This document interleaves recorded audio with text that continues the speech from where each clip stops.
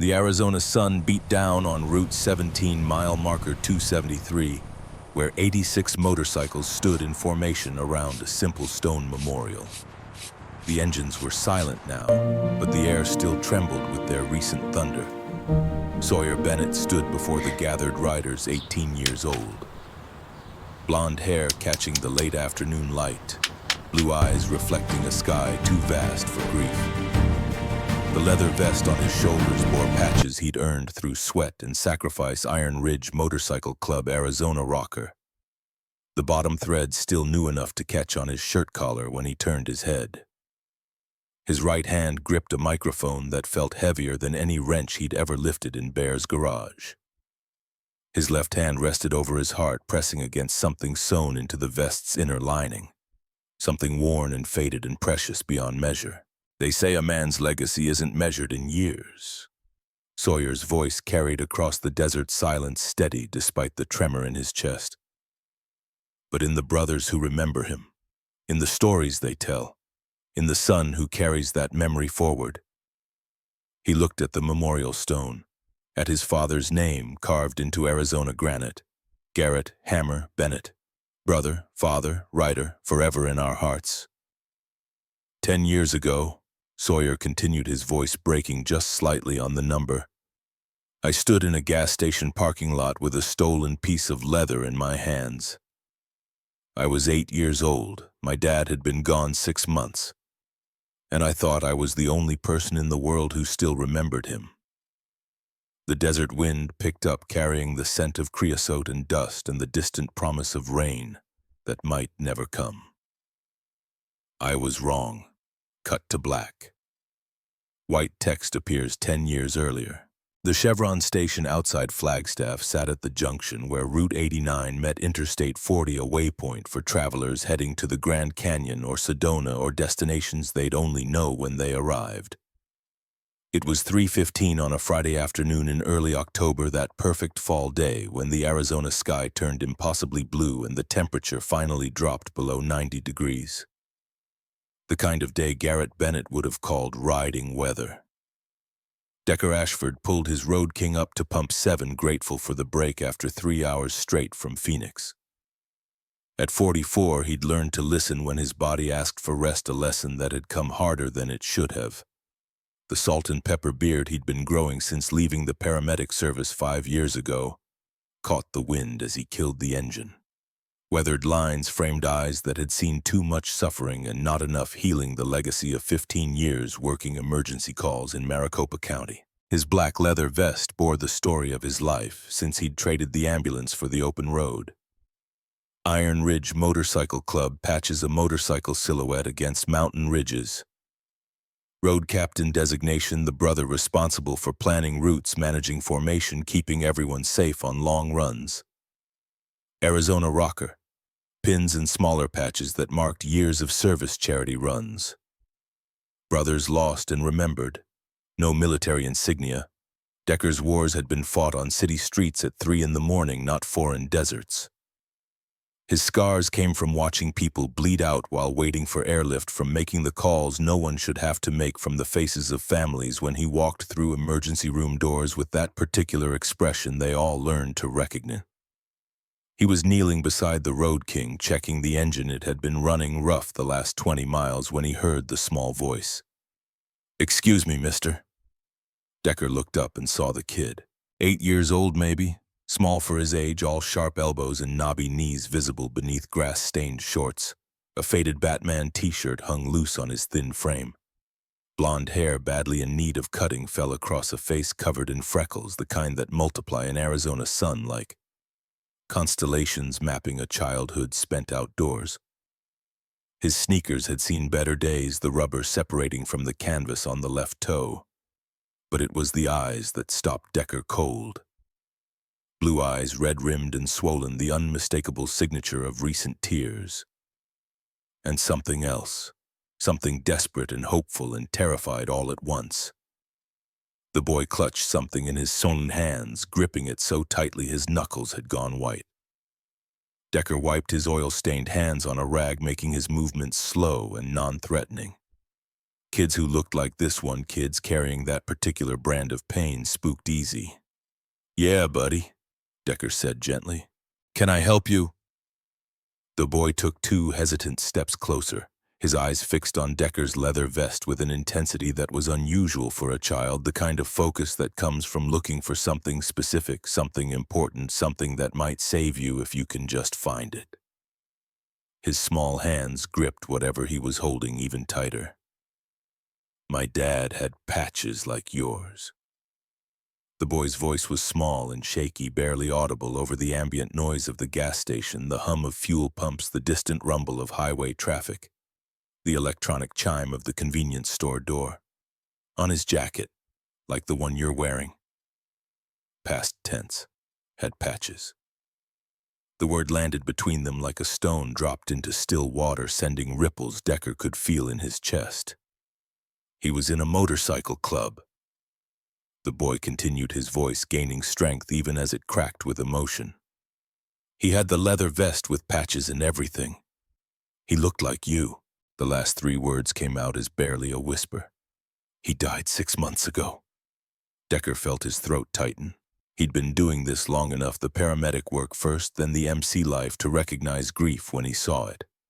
But there was something particularly brutal about seeing it on a face this young and eyes that should have been worried about homework and video games and whether the kids at school liked him.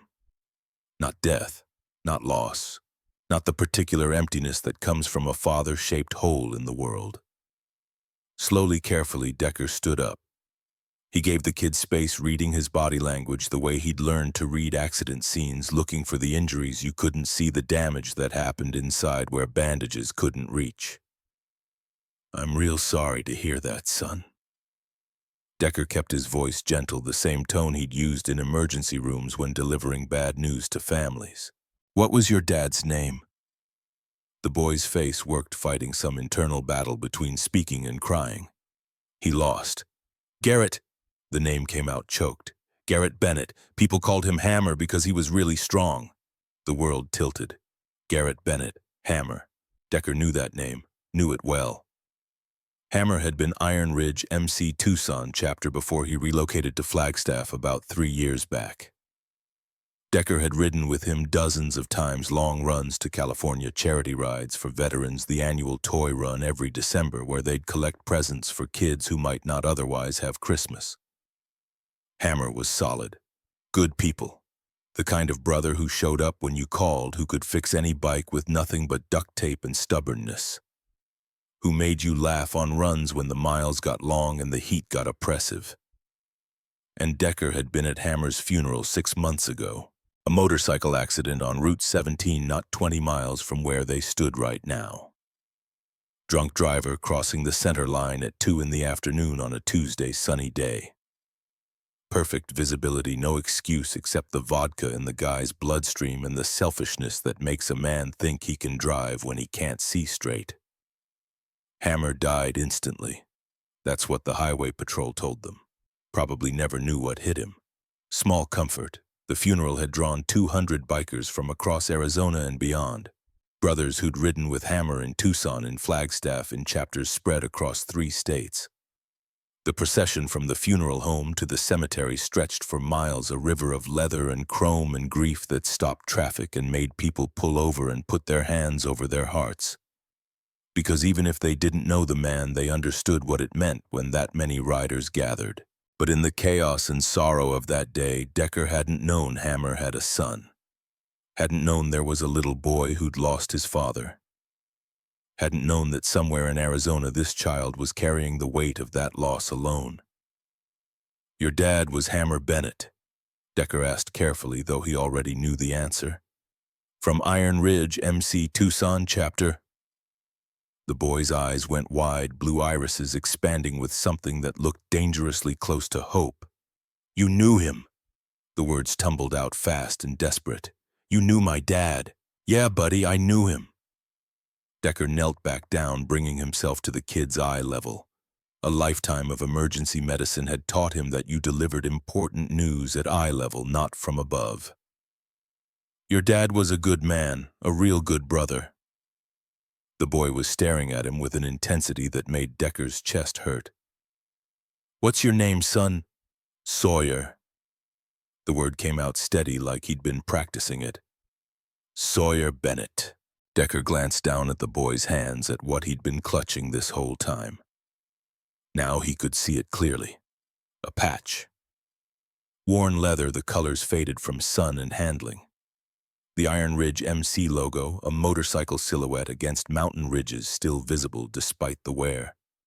The edges were frayed like it had been torn from something rather than carefully removed. "Is that your dad's patch, Sawyer?" The boy nodded and held it out with trembling hands, offering this piece of his father like a precious relic. Which Decker supposed it was. After he died. Sawyer's voice dropped to just above a whisper, forcing Decker to lean in to hear. "Mom put his vest away in the closet. She said I couldn't have it until I was older, that it was too valuable, too important that I might lose it or damage it." The boy's hands shook as he spoke. "But I took this patch off when she wasn't looking. I used Dad's pocket knife, the one he taught me to use, the one with the bone handle, and I cut the stitches real careful so I wouldn't ruin it. Took me almost an hour because my hands kept shaking and I had to stop every time I heard Mom coming." Sawyer looked down at the patch, his thumb tracing the faded logo. "I carry it everywhere now. In my pocket during the day, under my pillow at night, sometimes." His voice broke. "Sometimes I hold it up to my face and I can still smell him. Oil and leather and that cologne he wore, the one that came in the dark blue bottle. The one Mom bought him every Christmas." Decker's eyes were burning. This kid had torn a patch off his dead father's vest because it was the only piece of his dad he was allowed to keep close. Because some well-meaning adult had decided an 8-year-old wasn't ready to hold on to the things that might bring comfort. Because grief made people make stupid decisions about what children could and couldn't handle. "Sawyer," Decker said quietly, "where's your mom right now?" The boy gestured vaguely toward the convenience store where Decker could see a woman at the coffee counter through the plate glass window. "She's inside getting coffee. She doesn't like it when I talk about Dad." Sawyer's voice got smaller with each word. "She says it makes her too sad and I need to move on. That dwelling on it isn't healthy. That Dad would want me to be happy." The words came out like he'd memorized them, like he'd heard them so many times they'd worn grooves in his brain. "But I don't want to move on." The tears were falling now, running down those freckled cheeks, dripping off his chin onto the hot asphalt. "I don't want to forget him. I don't want to pretend he wasn't important. Everyone keeps telling me to move on, to be strong, to not cry so much." Sawyer's voice rose, 8 years of life and 6 months of suppressed grief pouring out in a gas station parking lot to a stranger who happened to be wearing the right patches. "Mom won't talk about him because it makes her cry. My grandparents say I need to be strong for Mom, that she's going through enough without me making it harder. My friends at school don't know what to say, so they just stopped asking. My teacher told me grief is a process and I need to work through it and come out the other side." The boy was crying openly now, his small body shaking with sobs. "But nobody will let me talk about him. Mom won't tell stories, my grandparents avoid my questions. It's like everyone wants to pretend he didn't exist. Like if we just don't mention him, everything will go back to normal." Sawyer looked up at Decker with eyes that held too much pain for someone so young. "But he did exist. He was my dad, and he was the best dad in the whole world. He taught me how to ride a bike and how to check the oil in a car and how to tie my shoes the right way so they don't come undone. He made me pancakes every Saturday morning in shapes, dinosaurs, and rockets, and once he made one that looked like a motorcycle." The words were tumbling out faster now, like a dam breaking. "He took me on rides on his motorcycle.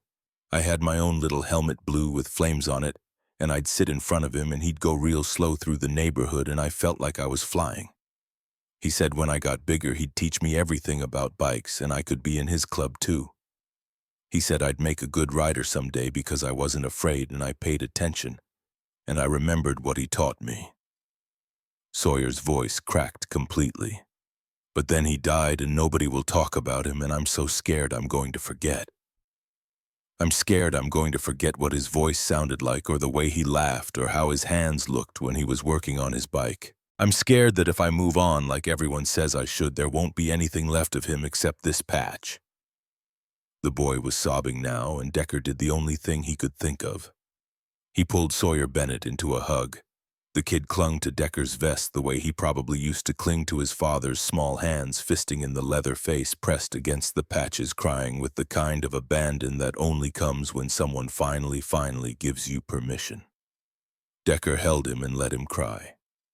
He'd held enough grieving people in his life, in emergency rooms, at accident scenes, in the terrible moments when hope died and reality set in, to know that sometimes the only thing you could do was bear witness. To be present, to not look away. "Your dad existed," Decker said quietly, his own voice rough with emotion he didn't try to hide. "Garrett Hammer Bennett existed, and he was a hell of a man, a hell of a brother, and you don't have to forget him, Sawyer. You don't have to move on, you don't have to be strong if you don't feel strong." He paused, making sure the boy was listening. "You get to miss him for as long as you need to. You get to cry. You get to be angry that he's gone.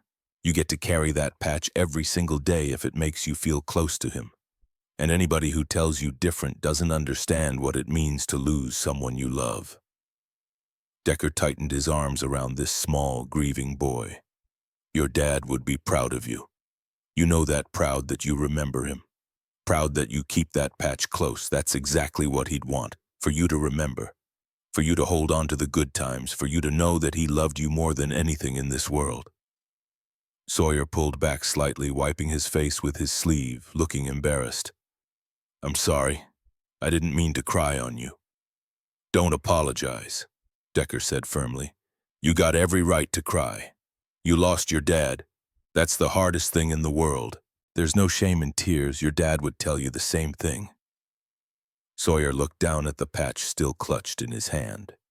"Do you think—" He hesitated like he was afraid to ask. "Do you think you could tell me about him, about what he was like with his club? Mom won't talk about the MC stuff. She says it's too painful, but I want to know everything. I want to know what he did with his brothers, what kind of rides he went on, what people called him and why, everything." The boy's voice rose with desperate hope. "I want to know the parts of him I didn't get to see." Decker glanced toward the convenience store where he could see the woman more clearly now. Mid-30s, dark auburn hair pulled back in a ponytail, wearing jeans and a Flagstaff Medical Center t-shirt that suggested she worked in healthcare. She looked exhausted in that bone-deep way that came from grief and single parenthood, and trying to hold everything together when everything wanted to fall apart. That must be Sawyer's mother. As Decker watched, she turned from the coffee counter and looked out the window. Saw her son talking to a large biker in a leather vest. Her face went pale, then hard with protective fear. She grabbed her coffee and rushed for the door. "Sawyer!" Her voice carried across the parking lot, sharp with alarm. "Get away from him now!" "Mom, no!" Sawyer turned, hands raised in a placating gesture. "This is Decker. He knew Dad. He was in Dad's club. He rode with him." The woman Marlo Bennett Decker assumed stopped a few feet away, her coffee forgotten in her hand. She was staring at Decker with an expression somewhere between terror and fury. "I don't care who he is." Marlo's voice trembled, caught between anger and fear. "Sawyer, come here. Right now." "Ma'am." Decker raised both hands in a peaceful gesture, making himself look as non-threatening as possible. "I'm Decker Ashford, Iron Ridge MC. I rode with your husband. I was at Garrett's funeral. Your son saw my vest and came over to talk. He showed me this." Decker gestured to the patch Sawyer still held. Marlo's face crumpled when she saw it. Her free hand went to her mouth. "He took that patch off Garrett's vest," she said, her voice breaking. "I've been looking for it for weeks. I knew something was missing, but I couldn't figure out what. I thought maybe I'd misremembered, or that it had fallen off at the funeral." She looked at her son, and Decker could see the war happening behind her eyes. Anger that he'd taken something without permission, grief that he'd felt he needed to, guilt that she'd made him feel like he couldn't ask. Sawyer, you can't just... Marlowe's voice broke completely. You can't keep taking his things. Every time I see something of his, every time I smell his cologne or see his jacket or find one of his tools in the garage, She stopped breathing hard, fighting for control. It hurts too much. Mrs. Bennett, Decker said gently, can we talk for a minute, please? Marlowe looked at him, really looked at him for the first time. Saw not just the leather and the patches in the beard, but the expression in his eyes, the understanding, the shared knowledge of what it meant to lose someone. The exhaustion in her face deepened. She just looked tired and sad and so far past overwhelmed that Decker wasn't sure there was a word for it. What do you want? Decker chose his words carefully. Your son is grieving. He's carrying his father's memory and nobody's letting him talk about it. He paused, making sure she was listening. Sawyer needs his dad's brothers, Mrs. Bennett. He needs people who knew Garrett, who can tell him stories, who can help him understand that his father mattered to more people than just family. That Garrett Hammer Bennett made a difference in this world. Decker met her eyes. Iron Ridge MC would like to do that for him. For both of you, if you'll let us. Marlowe's eyes filled with tears. She set the coffee cup on the hood of a nearby car, her hands shaking too badly to hold it. I can't... The words came out strangled. I can't keep reliving it. Every time Sawyer talks about Garrett, every time he asks about the motorcycle or the club or what his dad was doing the day he died, I have to relive losing him. Her voice rose, pain bleeding through every word. I have to see that highway patrol officer at my door. I have to see Garrett's motorcycle on its side with the front end crumpled and chrome scattered across the highway like broken glass. I have to hear them say massive trauma and died at the scene, and he didn't suffer like that makes it better somehow. Marlowe was crying openly now, 6 months of carefully maintained composure fracturing in a gas station parking lot. I have to remember that I was at work when it happened, that I was checking someone's blood pressure and restocking exam rooms while my husband was dying 20 miles away. That by the time they called me, by the time I got to the hospital, there was nothing left to do except identify the body and sign papers and make phone calls to tell people that the man I loved was gone. She wrapped her arms around herself, trying to hold together pieces that wanted to scatter. I know I'm handling this wrong, Marlowe said, her voice dropping to barely above a whisper. I know Sawyer needs to grieve. I know I should talk about Garrett more. Should answer his questions, should let him remember. The confession came out in a rush, but I don't know how to help him process his grief without drowning in my own. I don't know how to be the strong mother he needs when I can barely get out of bed most mornings. I don't know how to move forward when moving forward feels like leaving Garrett behind. Decker let her words settle. He'd heard variations of this speech before from families in emergency rooms, from people who'd just lost loved ones, from the widow of his own brother Caleb 15 years ago, when Decker had finally worked up the courage to visit. Grief wasn't a problem to be solved. It was a weight to be carried. And sometimes the weight got too heavy for one person alone. You don't have to do it alone, Decker said quietly. That's what I'm trying to tell you, Mrs. Bennett. That's what Iron Ridge MC means. We take care of our brothers always, and that means we take care of our brothers' families too. He paused, letting that sink in. We should have been there for you and Sawyer these past 6 months. That's on us. We didn't know Garrett had a son, didn't know you needed us. That was a failure of brotherhood, and I'm sorry for it. Decker gestured to Sawyer, who was watching his mother with desperate hope written across his face. But we know now, and we want to help. If you'll let us. Marlowe looked at her son, saw the patch he'd been carrying, the red-rimmed eyes, the hope and the desperate need for connection to the father he'd lost. Saw maybe what Decker had seen, a boy drowning in grief that nobody would acknowledge. What are you proposing? Her voice was cautious but not dismissive. I want to call my club brothers, the ones who knew Garrett best. I want them to meet Sawyer. Decker spoke slowly, giving her time to process. I want to tell him stories about his dad, about the kind of man Garrett was, about the rides they shared and the laughs they had and the respect he commanded. He met her eyes. And I want to make sure you both know that Garrett's memory is honored, that his son is part of our family, that you're not alone in this. Decker paused.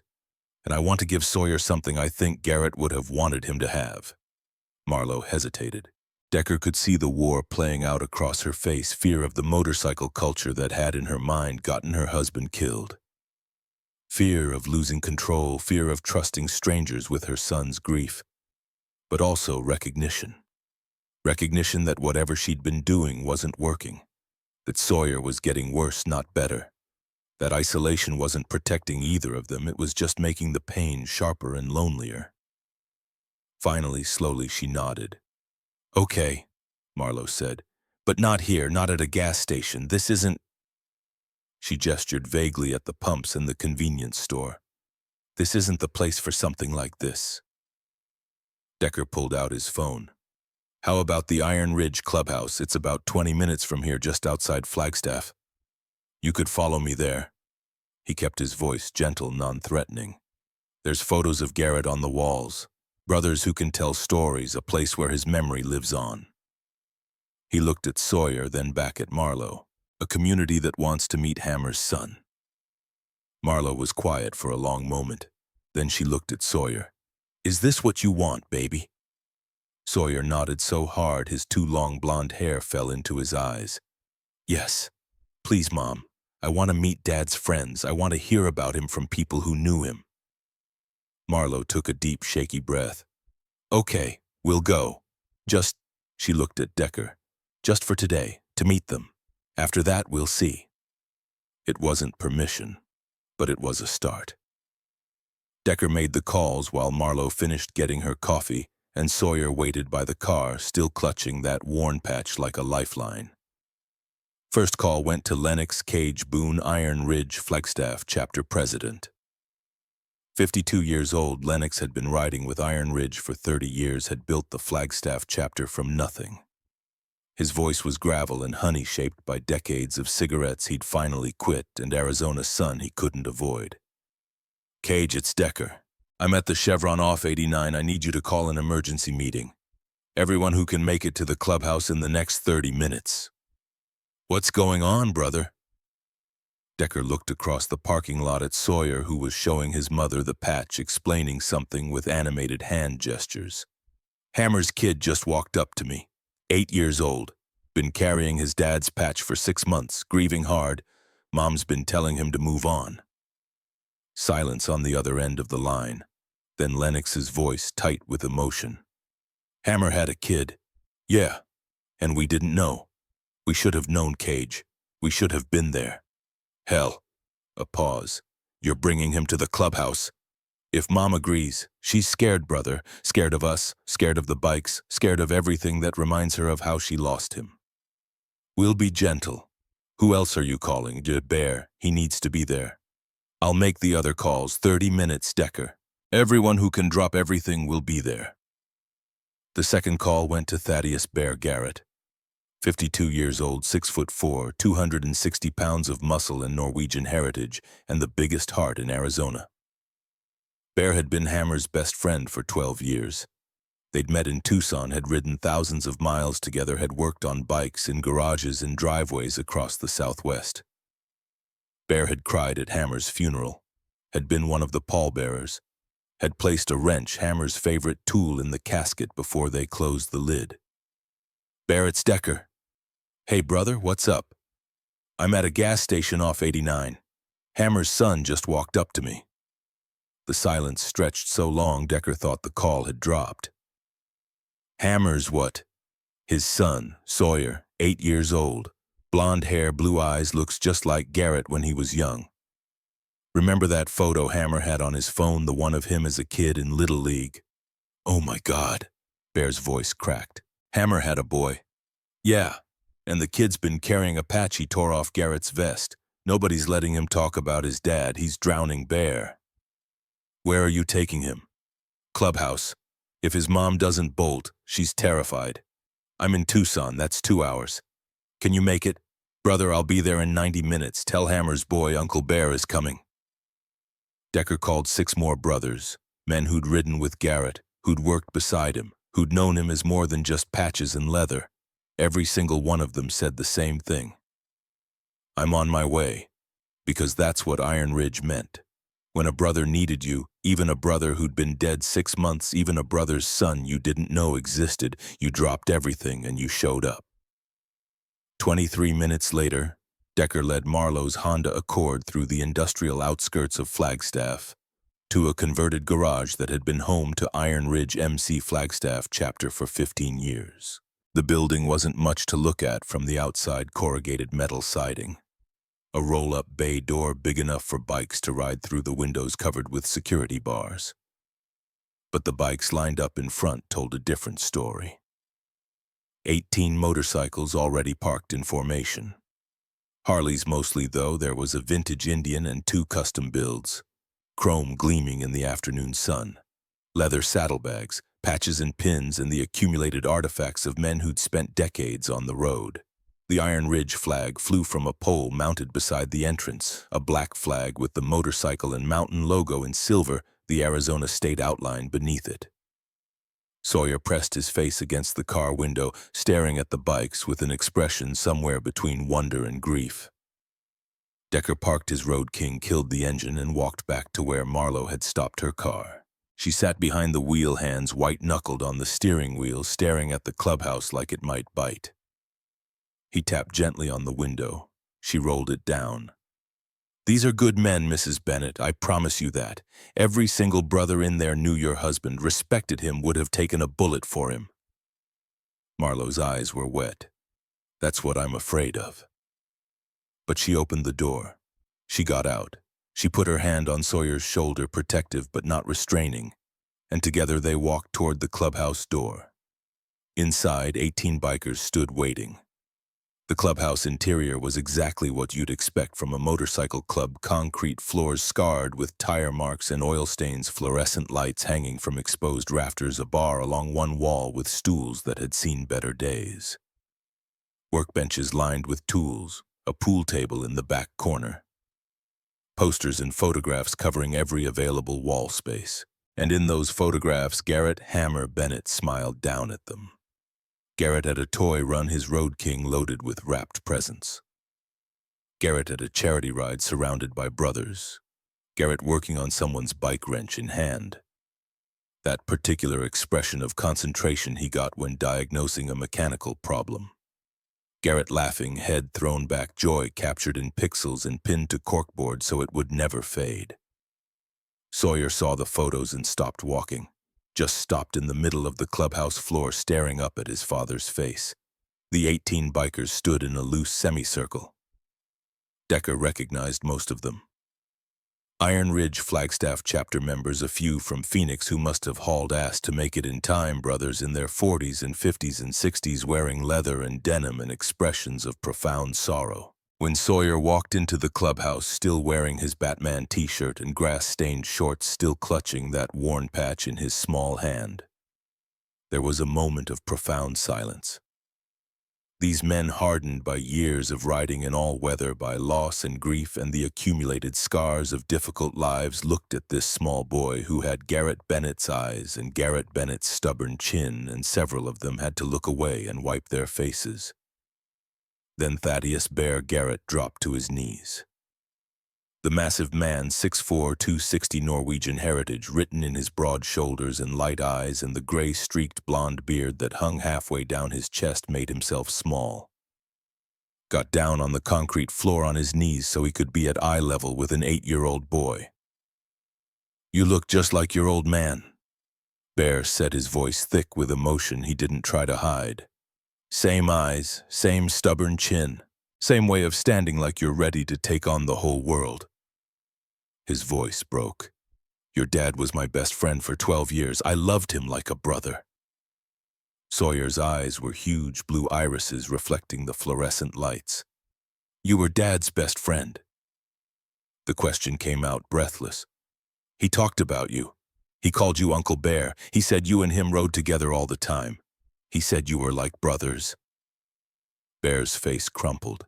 This massive man started crying, tears running into his beard, and he didn't care who saw. "He called me Uncle Bear," Bear repeated like the words were a gift he hadn't known he needed. "To you. He called me Uncle Bear when he talked about me to you." Sawyer nodded, his own tears starting again.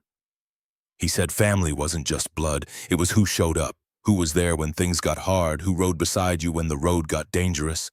Bear pulled Sawyer into a hug, and this small boy disappeared into the embrace of this massive man, and they held onto each other like two people drowning who'd just found something solid to grab. Other brothers gathered around. One by one they introduced themselves to Sawyer Bennett, to Hammer's son, men who'd ridden with Garrett from Arizona to California and back, who'd worked on bikes with him in garages and driveways, who'd been there for the good times and the hard times and everything in between. They told stories about the time Garrett finished a 500-mile ride in pouring rain without complaining once when everyone else was miserable and soaked and ready to quit.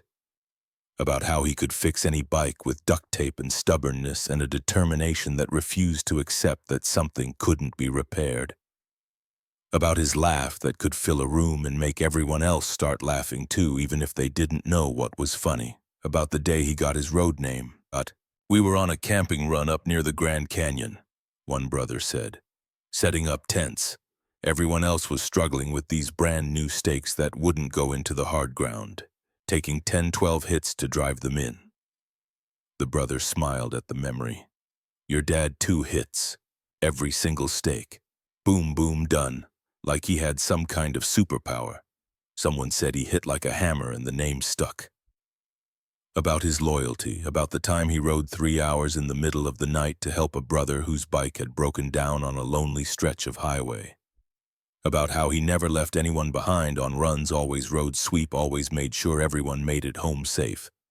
About his quiet generosity, the anonymous donations to charity, the single mothers whose cars he'd fix for free, the kids in the neighborhood he'd teach about bikes, patient and kind and never acting like their questions were stupid. Sawyer soaked it all in, asked questions, laughed at the funny stories, cried at the tender ones. For the first time in 6 months, he got to hear about his father from people who'd known a side of Garrett that an 8-year-old couldn't have seen. Marlowe sat off to the side, and Decker noticed that several women had gathered around her. The old ladies' wives and girlfriends of club members, women who understood MC life, who'd lost brothers themselves, who knew what it meant to grieve in this world. They offered coffee, tissues, quiet support that didn't require words. And Marlowe was crying too, but differently than before. Not the desperate, drowning tears of someone trying to hold it together, but the kind of crying that comes when you finally let yourself feel what you've been running from. After an hour of stories, Bear stood up and walked to a locked cabinet in the back corner of the clubhouse. He pulled out a set of keys, unlocked the cabinet, and withdrew a box. A wooden box, simple but well made, with Sawyer's name carved into the lid. Bear brought it to where Sawyer sat, surrounded by brothers. "Sawyer," Bear said, his voice steady now despite the emotion in his eyes. "Your dad was going to give you something when you turned 12. He had it made 2 months before he died. Was so excited about it he couldn't stop talking about it."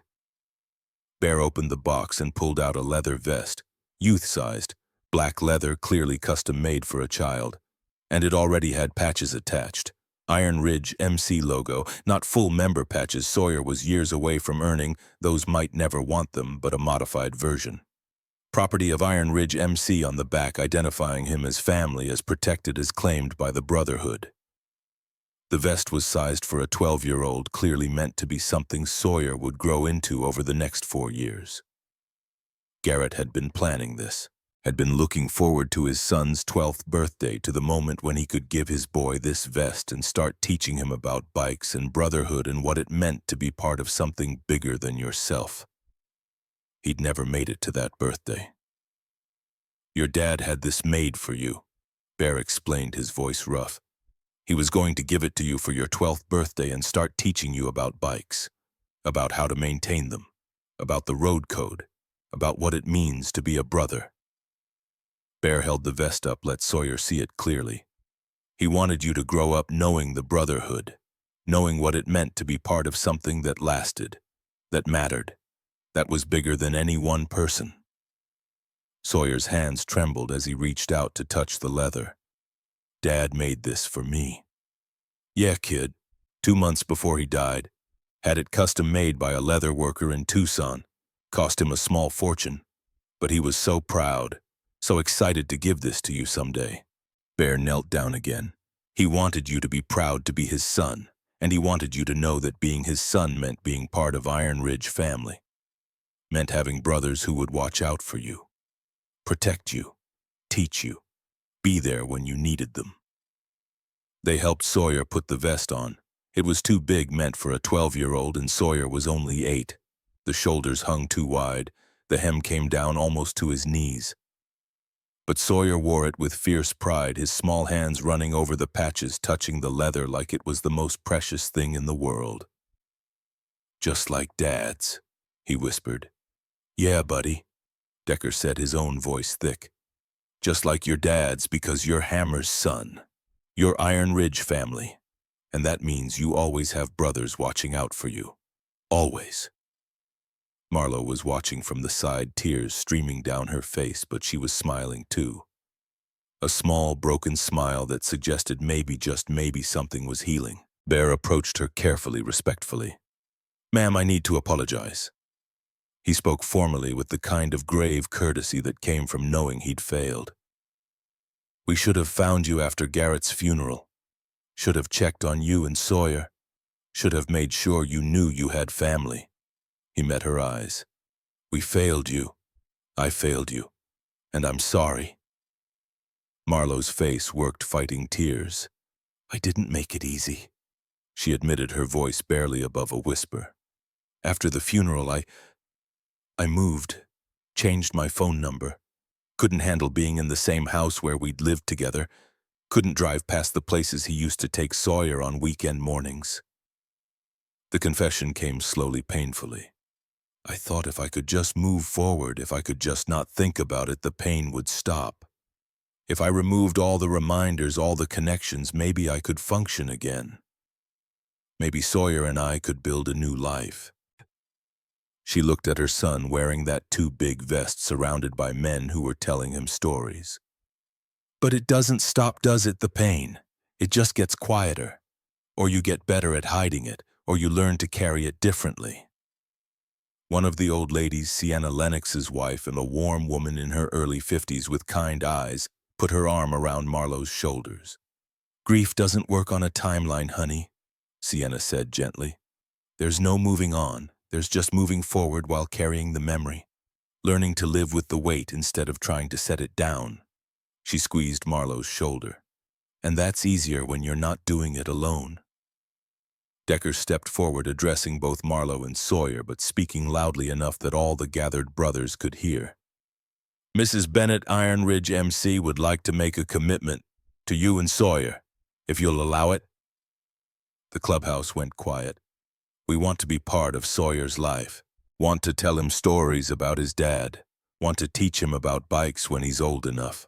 Want to make sure he grows up knowing that Garrett Hammer Bennett was a good man who was loved and respected by a lot of people. Decker paused. We can't bring Garrett back. We can't undo what happened, but we can make sure his son knows who his father was, what he stood for, what he meant to the people who rode beside him. Lennox stepped forward, adding his voice as chapter president. This isn't charity, ma'am. This is family. This is what we do. Hammer would have done it for any of our kids without hesitation. We do it for his. Marlo looked at Sawyer, at this boy who was glowing, actually glowing with something that looked like joy for the first time in 6 months, who was laughing at stories and asking questions and engaging with the world instead of withdrawing from it, who was alive again. Yes, Marlo said, her voice clear despite the tears. Yes, please, we need this. She looked at the assembled brothers, at these men in leather and patches who'd dropped everything to meet her son. We need you. The response from the brothers was immediate. Nods, murmured agreements. A few more tears that nobody bothered to hide. Lennox spoke formally, making it official. Then it's settled. Sawyer Bennett, his Iron Ridge family, will set up regular visits. Sawyer can come to the clubhouse. We'll teach him about bikes, about the road, about his father's legacy. He looked at Marlo. Your rules, ma'am. School comes first. Safety always. You have final say on everything. We're here to support, not to override you as his mother. Marlo nodded, something loosening in her chest. Thank you for... Her voice broke. For giving me back my son. As the sun set over Flagstaff, casting long shadows across the clubhouse, Sawyer Bennett stood in the center of a circle of bikers wearing his father's vest, holding his father's patch, listening to stories about the man he'd been told to forget. And for the first time since the highway patrol officer appeared at the door 6 months ago, the weight of grief felt a little lighter, because he wasn't carrying it alone anymore. The weeks after the clubhouse meeting unfolded like watching a Polaroid develop slow transformation details. Emerging colors deepening. Week 1, Bear showed up at Marlo's apartment with a toolbox, not just any toolbox, but the one that had belonged to Garrett Bennett, red metal with hammer engraved across the top in letters Garrett had carved himself with a Dremel tool one Saturday afternoon 12 years ago. Sawyer traced those letters with small fingers that trembled. This was your dad's, Bear said, kneeling on the apartment's small patio where they'd set up a makeshift workspace. The one he used on every bike he ever owned. Every tool in here he chose for a reason. This wrench. Bear pulled out a worn crescent wrench with electrical tape on the handle. He used this to rebuild his first Road King, said the grip was perfect, the weight was right, and he'd never replace it even when newer tools came along. Sawyer held the wrench like it was made of gold. It's yours now, Bear continued. When you're ready to use it, when you're ready to learn. Your dad wanted to teach you everything he knew about bikes. Since he can't, I will, if that's okay with you.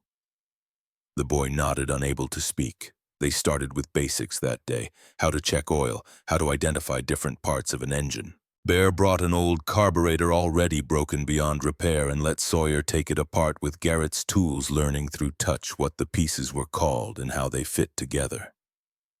Marlo watched from the kitchen window, coffee cup cooling in her hands, and for the first time in months, she wasn't crying. Just watching, just letting it happen. Month 2 brought unexpected grace. Sawyer had a school play, one of those elementary school productions where every kid got a part whether they wanted one or not. Sawyer played a tree in a play about environmental conservation, which meant standing very still and occasionally waving his branches made of construction paper and wire hangers. Marlo had the evening shift at Flagstaff Medical Center. Couldn't get coverage, couldn't trade with anyone, had to work. She'd broken the news to Sawyer that morning, watched his face try to hide disappointment, watched him say it was okay when they both knew it wasn't. At 6:30 that evening, Decker Ashford walked into Jefferson Elementary School auditorium, wearing his Iron Ridge vest and leading 2 other brothers, Wrench and Steele, both Flagstaff chapter members who'd ridden with Hammer. They sat in the back row, 3 large bikers in leather, surrounded by parents in business casual and yoga pants. When Sawyer walked on stage in his tree costume, saw them sitting there, his face transformed. He stood straighter, waved his branches with more enthusiasm. After the show, when kids were finding their parents, Sawyer ran straight to Decker. You came. Of course we came, kid. Your Uncle Bear couldn't make it from Tucson on a weeknight, but he made me promise to take pictures. Decker held up his phone, showing the dozen photos he'd taken. You made a very convincing tree. Other kids stared at the bikers with wide eyes. One boy, maybe 9 years old, approached cautiously. Who are they, Sawyer? Sawyer stood taller, pride radiating off him like heat. My uncles. The word settled into Decker's chest and made itself at home. Month 3 brought Thanksgiving. Iron Ridge hosted it at the clubhouse, long tables set up in the main room, decorations that were more motorcycle-themed than turkey-themed, but the spirit was there. 25 club members and their families, children running between tables, old ladies organizing food with military precision. The smell of turkey and stuffing and too many pies filling the space. Marlo almost didn't come. stood in her apartment that morning, car keys in hand, telling herself this was too much, too soon, too much connection to the life that had gotten Garrett killed. But Sawyer was already wearing his vest, the one Garrett had made. The one that still hung too big on his small frame, but that he wore every chance he got. "Please, Mom, Uncle Bear is making his famous mac and cheese. He said it was Dad's favorite." So they went. Marlo walked into the clubhouse expecting to feel like an outsider.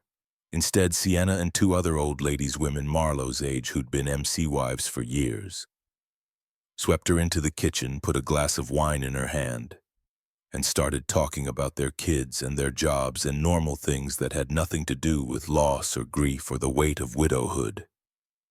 Sawyer sat at the main table between Bear and Decker, and Marlo watched her son laugh. Actually laugh, head thrown back at some story Steele was telling about the time Garrett had convinced everyone to take a detour through Monument Valley and they'd gotten lost for 6 hours because Hammer insisted the map was wrong and his sense of direction was right. "He was wrong," Steele said, grinning. "So wrong.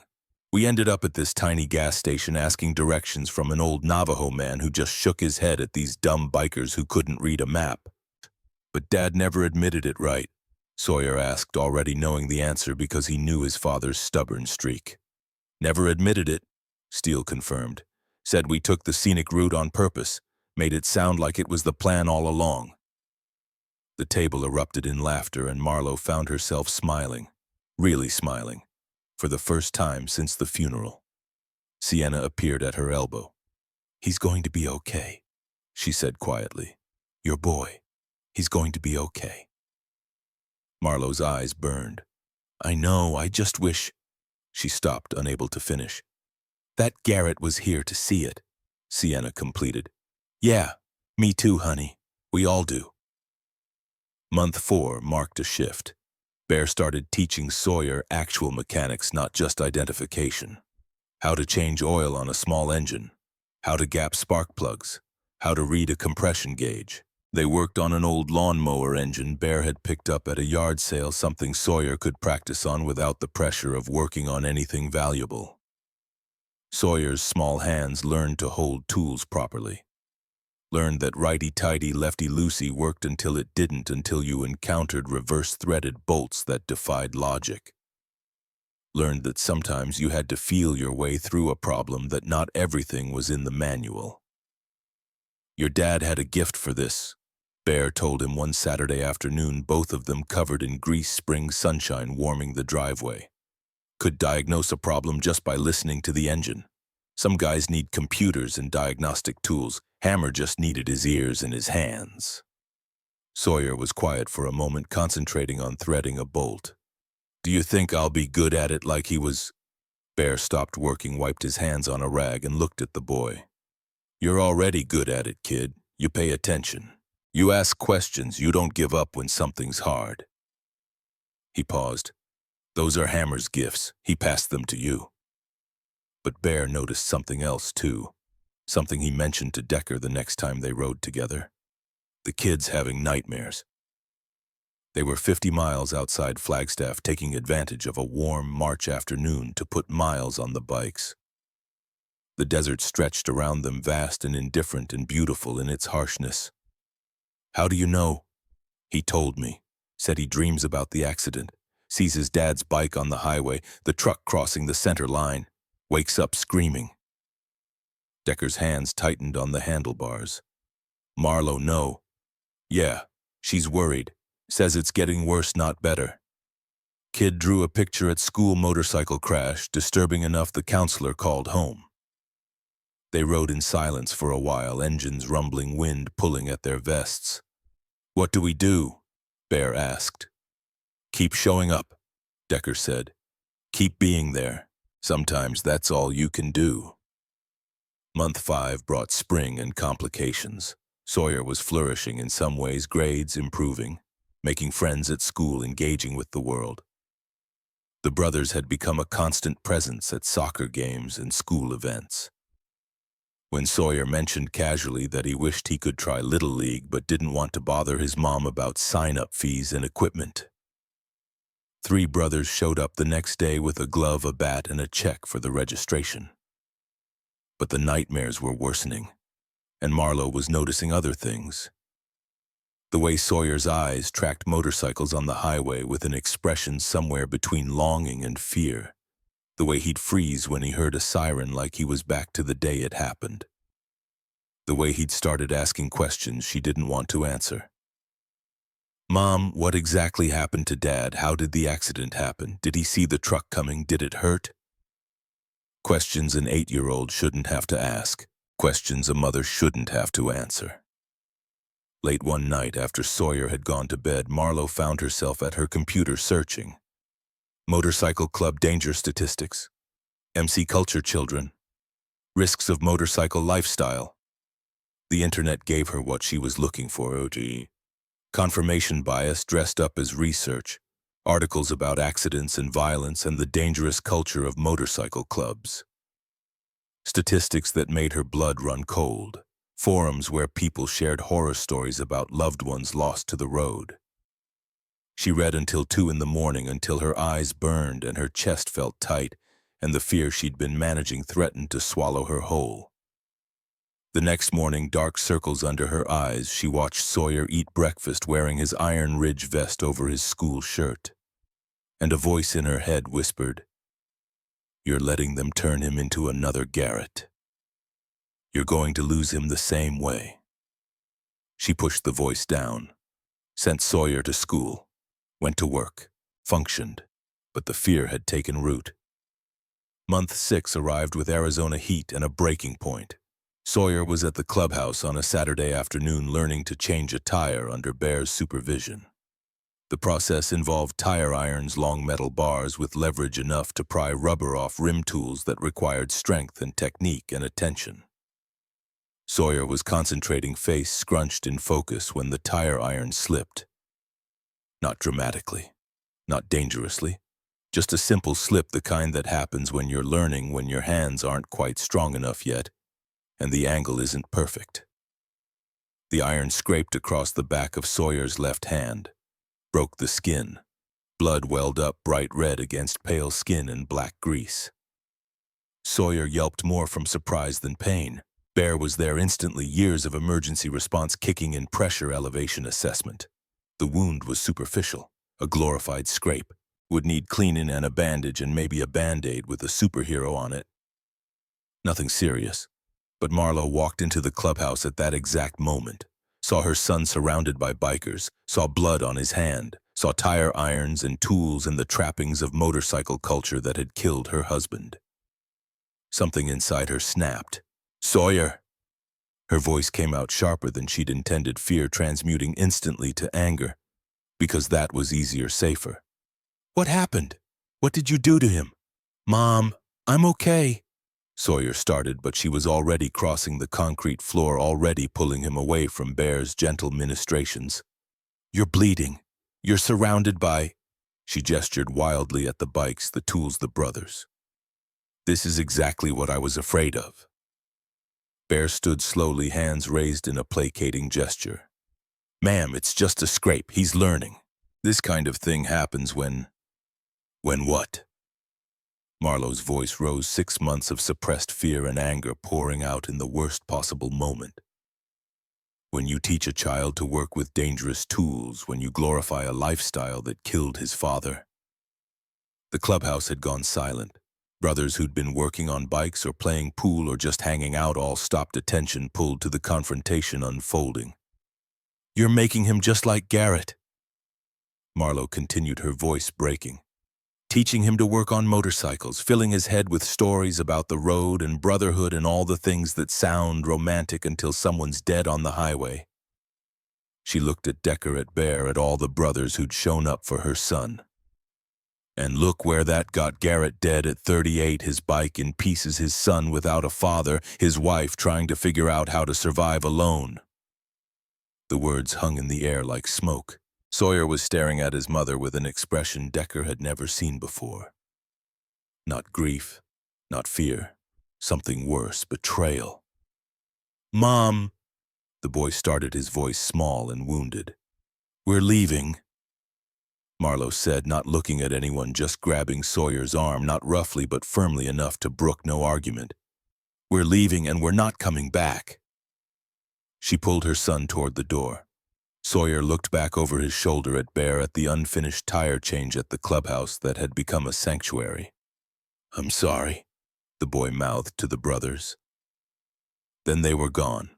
Car door slamming, engine starting, gravel crunching under tires, the clubhouse erupted into low conversation. But Decker just stood there watching the dust settle where Marlowe's car had been and thought about his brother Caleb. 15 years ago, a phone call at midnight. "There's been an accident."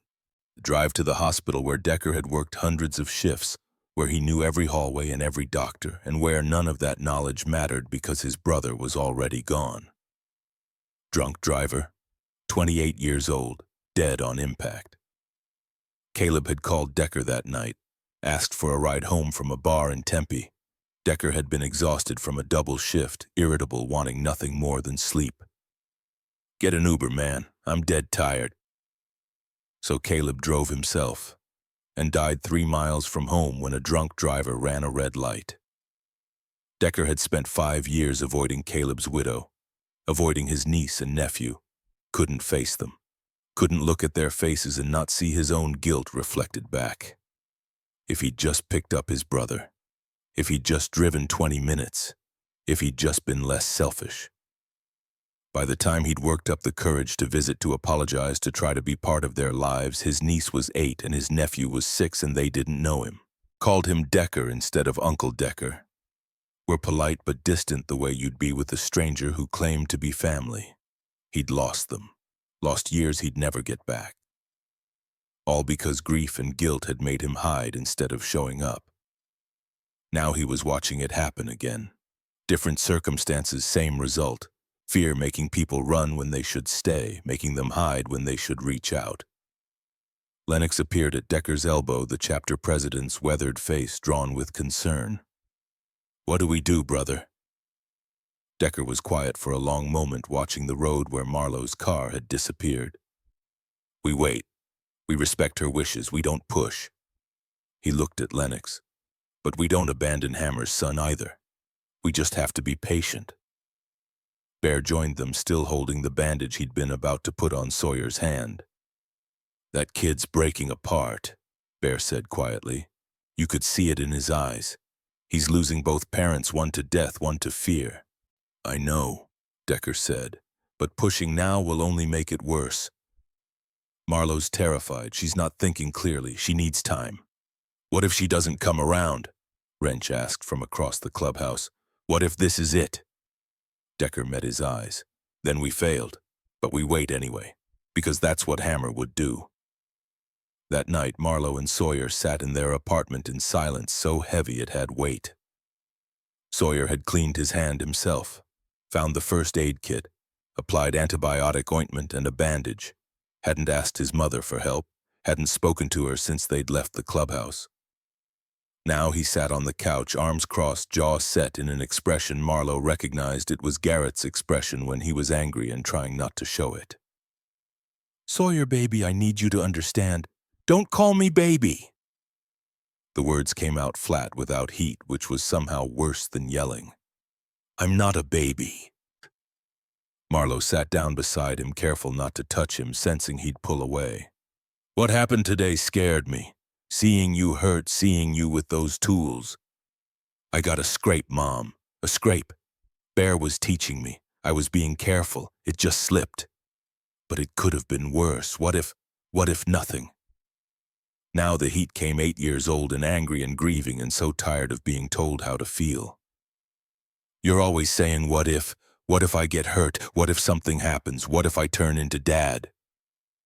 Sawyer stood up, small fists clenched at his sides. "But you know what I want to be like, Dad. Dad was good and kind and everyone loved him. The brothers tell me stories about him helping people and fixing bikes and being there when someone needed him. That's a good thing, Mom." Tears were streaming down his face now, but he kept talking, months of suppressed emotion pouring out. "And Mom won't talk about him. You won't answer my questions. You tell me to move on, but then you get mad when I'm happy." You want me to forget him, but you can't forget him either. Sawyer. No, you told me we'd go to the clubhouse. You said I could see Uncle Bear and Uncle Decker and learn about Dad. But now you're taking it away. You're making me forget him again. The boy was sobbing now, the kind of crying that shakes your whole body.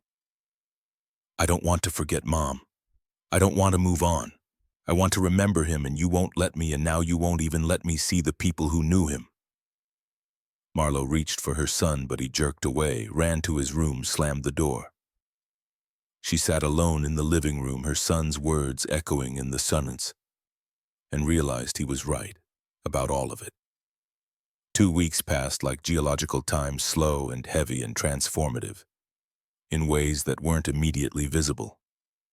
Sawyer went to school, came home, did homework, ate dinner, went to bed, spoke to his mother in monosyllables and only when absolutely necessary. He stopped wearing the vest, put it in his closet. But Marlo noticed that his hand went to his pocket, constantly checking for the patch, Garrett's patch that Sawyer had carried every day for 6 months. Marlo worked her shifts at the medical center, came home, made dinner that Sawyer barely touched, watched her son disappear into grief again, watched the light that had been returning to his eyes dim and fade. She lasted 13 days before she found herself sitting in her car outside the clubhouse at 10 o'clock on a Wednesday night. The building was dark except for a single light in the office window. Lennox's truck was parked out front. The chapter president often worked late handling club business paperwork, the administrative reality of running an organization. Marlo sat in her car for 20 minutes before finding the courage to knock. Lennox answered the door, surprise flickering across his weathered phobe. Mrs. Bennett, Marlo stopped, started again. Can I talk to you? Please. He stepped aside, let her in. The clubhouse felt different at night, quieter. The photos of Garrett on the walls seemed to glow in the dim light, and Marlo found herself looking at her husband's face, so young in some of the pictures, laughing alive, unaware that he had such a short time left. I'm sorry, she said, the words tumbling out. I'm sorry for what I said, for how I reacted, for... Stop! Lennox's voice was gentle but firm. You don't owe me an apology. You were scared for your son. That's not wrong. But I was wrong about you, all of you. Marlo's voice cracked. You've been nothing but good to Sawyer. You've given him back his father in the only way you could. And I... She couldn't finish, just stood there in the middle of the clubhouse crying. Lennox gave her a moment, then spoke quietly. You lost your husband. You're terrified of losing your son. That's not complicated, Mrs. Bennett. That's just human. But Sawyer's right. I have been making him choose between remembering his father and having his mother's approval. And that's unforgivable. It's fixable, Lennox corrected. If you want to fix it. Marlo wiped her eyes, took a shaky breath. Garrett died a year ago next month. I know you do memorial rides. Bear mentioned it once. She looked at Lennox. I know you're planning one for Garrett. Lennox nodded. Yeah, we were. But after what happened, I want Sawyer to be part of it. Marlo said, the words coming fast, like she'd lose courage if she slowed down. I want him to ride, with Bear if Bear's willing. I want him to be there when you honor his father. She took a deep breath. And I want to be there too, following in my car. I don't know if I can handle watching, but I can't handle not being there either. Lennox was quiet for a moment. You sure about this? No, Marlo admitted. I'm terrified. Motorcycles took Garrett from me. The thought of Sawyer on one makes me want to vomit. She met his eyes. But I'm more terrified of what I'm doing to my son, of making him bury his grief the way I've tried to bury mine. That's not protecting him. That's just making us both alone. Lennox pulled out his phone. I'm calling Decker and Bear. This conversation needs all of us. 30 minutes later, 4 people sat around a table in the clubhouse office. Marlo, Lennox, Decker, and Bear, who'd driven from Tucson when he got the call. Sawyer's nightmares are getting worse because he never processed the trauma. Decker said, his paramedic training evident in his clinical assessment. He went from losing his father to being told not to talk about it. That's not grief work. That's suppression. And suppression doesn't make trauma go away. It just buries it until it comes out sideways. He looked at Marlowe with compassion, not judgment. The memorial ride could help, giving him a ritual, a way to say goodbye properly. Letting him be part of honoring his father with people who understand. Bear leaned forward, his massive frame somehow gentle in the small office. I'll take every precaution. Full protective gear. I've ridden 500,000 miles without a serious incident. I'll treat him like he's made of glass. It's not you I don't trust, Marlowe said quietly. It's the universe. It's drunk drivers and blown tires and 1,000 things you can't control. She looked at her hands. But I can't control those things whether Sawyer's on a bike or not. I can't keep him in a bubble. I can't let fear make me a bad mother. Sienna appeared in the doorway. She'd arrived with Lennox. Been waiting in the main room. Can I say something? At Marlowe's nod, she came in, pulled up a chair. I've been an MC wife for 26 years. Lost 2 brothers to the road in that time. It's real danger, honey. I won't lie to you about that. She reached across the table, took Marlowe's hand. But grief is dangerous too. Isolation is dangerous. Telling a child he can't grieve his father, that's dangerous in different ways. You're not choosing between safe and unsafe. You're choosing between different kinds of risk. Marlowe was crying again, but she was listening. The ride is in 3 weeks, Lennox said. Gives us time to prepare, get Sawyer proper gear, make sure he's comfortable with the idea. And gives you time to back out if you can't handle it, Decker added. No pressure, no judgment if you change your mind. Marlowe took a shaky breath. Okay, 3 weeks. I need to talk to Sawyer first, apologize, see if he'll even forgive me. Bear's voice was gentle. Kid loves you, ma'am. He'll forgive you. Might take a minute, but he will. Marlowe drove home through empty Flagstaff streets, got to the apartment at midnight. Expected Sawyer to be asleep. Instead, she found him on the couch, still dressed, holding his father's patch. Baby, she said, and this time he didn't correct her. We need to talk. They talked until 2 in the morning. Marlowe apologized, really apologized, not the adult version where you explain why you were actually right. She admitted she'd been scared, admitted she'd handled it wrong, admitted that trying to protect him from grief had just made both of them more alone. I can't promise I won't be scared, she said, Sawyer tucked against her side on the couch, both of them exhausted. Motorcycles scare me. The club scares me sometimes. Losing your dad broke something in me. And I don't know if it'll ever heal. She kissed the top of his head. But you're right. You deserve to remember him and the brothers, Uncle Bear and Uncle Decker and all of them. They're good men who loved your father. I shouldn't have taken that away from you. Sawyer was quiet for a long time. Are you going to let me go back to the clubhouse? Yeah, baby, if you want to. And the memorial ride for Dad.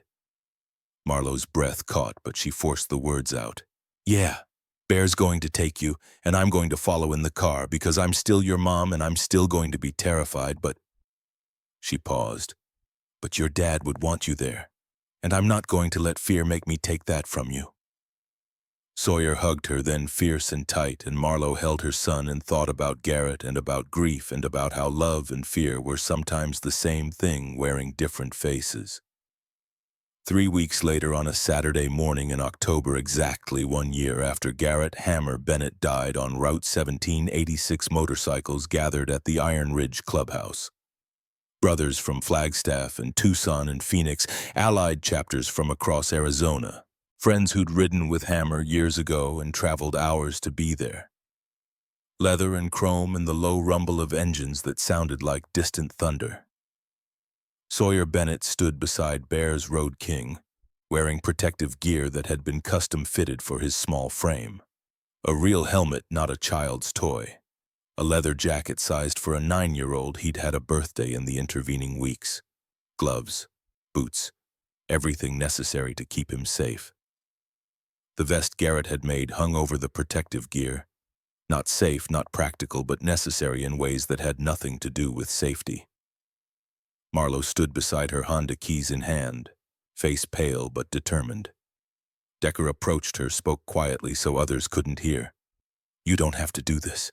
Nobody will judge you if you can't." "I have to," Marlowe said. "For Sawyer. For Garrett. For—" She paused. "For me. I need to face this." At precisely 8 o'clock, Lennox gave the signal. 86 engines roared to life. The sound was enormous, physical, something you felt in your chest and bones. Sawyer climbed onto the back of Bear's bike. The massive biker looked back at the boy. "You ready, kid?" Sawyer nodded, small arms wrapping around Bear's waist, hands, gripping the way his father had taught him years ago on slow rides through neighborhood streets. "Let's go honor your dad." The procession rolled out, Decker at the front as road captain leading the formation, Bear and Sawyer in a protected position in the middle of the pack, surrounded by experienced riders. 86 bikes moving in practiced formation, a river of chrome and leather flowing through Flagstaff streets. Marlowe followed in her car, hands white-knuckled on the wheel, tears streaming down her face, watching her son on a motorcycle for the first time since Garrett died. And somehow, impossibly, she didn't turn around, didn't panic, just drove. The ride took 90 minutes, winding through northern Arizona roads toward Route 17, mile marker 273, where Garrett Bennett had died, where a memorial marker stood, where 86 brothers gathered to remember. When they arrived, when the engines cut and the desert silence fell, Sawyer climbed off Bear's bike. His legs were shaky. 90 minutes for a 9-year-old was a long ride, but his face was transformed. "That's what Dad felt," he said to Bear, wonder in his voice. "When he rode, that's what he loved." Bear's voice was rough with emotion. "Yeah, kid, that's exactly what he loved." The brothers formed a circle around the memorial marker. Lennox spoke first, talking about brotherhood and loss and memory. Then Bear read the poem High Flight by John Gillespie Magee, Jr., the one about touching the face of God, the one that pilots and riders loved, because it captured something about freedom and sky and the edge where earth meets heaven. Then Lennox looked at Sawyer. "Hammer's son wants to say something." Sawyer stepped forward, 9 years old, wearing his father's vest, carrying his father's patch in his small hand. He looked at the memorial stone, at his father's name carved into granite, at 86 brothers who'd gathered to remember, and he began to speak. "My dad was Garrett Hammer Bennett." The words came out clear, carried across the circle by desert wind that seemed to pause just to listen. He was a great motorcycle rider. He was a member of Iron Ridge MC. He was the best dad in the world. Sawyer's voice wavered but held. "He taught me to be brave, taught me to be kind, taught me to always help people who needed it, even when it was hard, even when you didn't want to, because that's what good men do." The boy's hands gripped the edge of his vest. "He died a year ago, right here on this road, and I miss him every single day, every single minute. Sometimes I wake up and forget for just a second that he's gone, and then I remember, and it feels like losing him all over again." Tears were streaming down Sawyer's face now, but he kept talking. "For a long time I thought I had to forget him, because remembering hurt too much, because everyone kept telling me to move on and be strong and not cry so much, because Mom couldn't talk about him without breaking down, and Grandma and Grandpa said I needed to think about the future, not the past." The assembled brothers were silent, motionless, bearing witness. "But then I met Uncle Decker at a gas station." Sawyer looked at Decker Ashford, who stood with arms crossed, face carved from stone except for the tears running into his salt and pepper beard. "I showed him my dad's patch, the one I'd stolen off Dad's vest because it was the only piece of him I was allowed to keep." Sawyer pulled the patch from his pocket, worn, leather-faded logo edges frayed from a year of constant handling. "And Uncle Decker didn't tell me to forget. He didn't tell me to move on. He told me I could remember, that I should remember, that Dad existed and mattered, and I didn't have to pretend he didn't." The boy's voice grew stronger. "Then he called you. All of you. 18 brothers came to the clubhouse that first day. Dropped everything because some kid they'd never met needed to hear about his dad." Sawyer looked around the circle, making eye contact with brothers who'd become family. Uncle Bear gave me Dad's toolbox and taught me about motorcycles. Uncle Wrench showed me how to weld. Uncle Steele took me to bike shows. Uncle Decker came to my school play when Mom had to work. You all showed up, for holidays and birthdays and just regular Saturdays when I needed someone to talk to. His voice cracked. You've been like uncles this year, like family. You've told me stories about Dad, funny ones that made me laugh and serious ones that made me understand what kind of man he was. You've shown up when I needed someone. You've helped me understand what Dad meant when he said brotherhood is forever. Sawyer touched the memorial stone fingers, tracing his father's name. You've helped me learn something important. Something I want to say out loud so Dad can hear it wherever he is. The desert wind picked up, carrying the scent of sage and creosote. My dad's not really gone. Not as long as I remember him. Not as long as I live the way he taught me to live. Not as long as his brothers keep his memory alive and tell his stories and show up for his son. Sawyer's voice dropped to barely above a whisper, forcing everyone to lean in. Dad, if you can hear me, thank you. Thank you for being my dad. Thank you for teaching me about bikes and kindness and what it means to be a good man. Thank you for these brothers who've taken care of me. Thank you for Mom, who's trying so hard even though she's scared. The boy's shoulders shook with sobs, now words coming between gasps. I miss you. I miss you so much it feels like I can't breathe sometimes. But I'm going to be okay, because you taught me how, and because your brothers won't let me forget. Sawyer looked up at the circle of bikers, tears streaming, nose running, 9 years old and carrying grief no child should bear. Thank you, he said to them. Thank you for remembering him. Thank you for not letting me forget. The silence that followed was absolute. Even the wind seemed to hold its breath. Then Bear moved. The massive man stepped forward, and in one smooth motion he picked Sawyer up and placed him on his shoulders. The boy sat there 6 feet above the ground, and Bear's voice, rough as sandpaper, thick with emotion, called out, Brothers for Hammer. 86 right hands moved as one, reaching for ignition switches.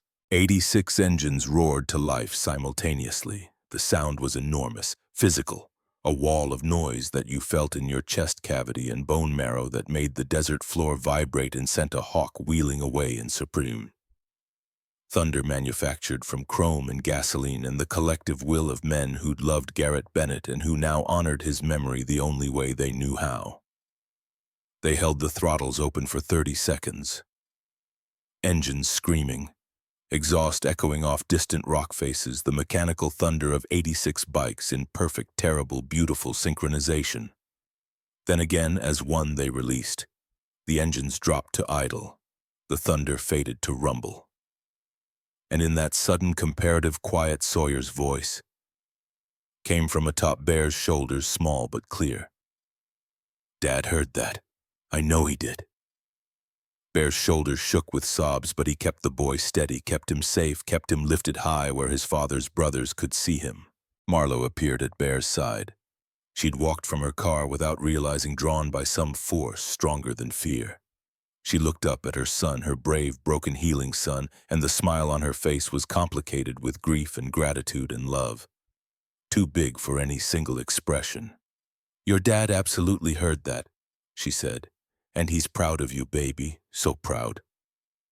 Time unspooled like thread from a spool, steady, inexorable, carrying them forward whether they were ready or not. Sawyer turned 10, then 11, then 12, and the vest that Garrett had made finally fit properly. The shoulders sat right, the hem hit at his waist.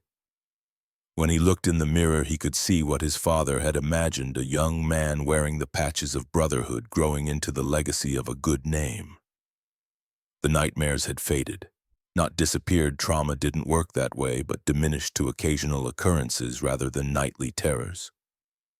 When they came, Sawyer knew how to manage them. Had tools now. A therapist Marlo had found who specialized in childhood grief. Breathing exercises, and brothers he could call at 2 in the morning who would talk him down from panic.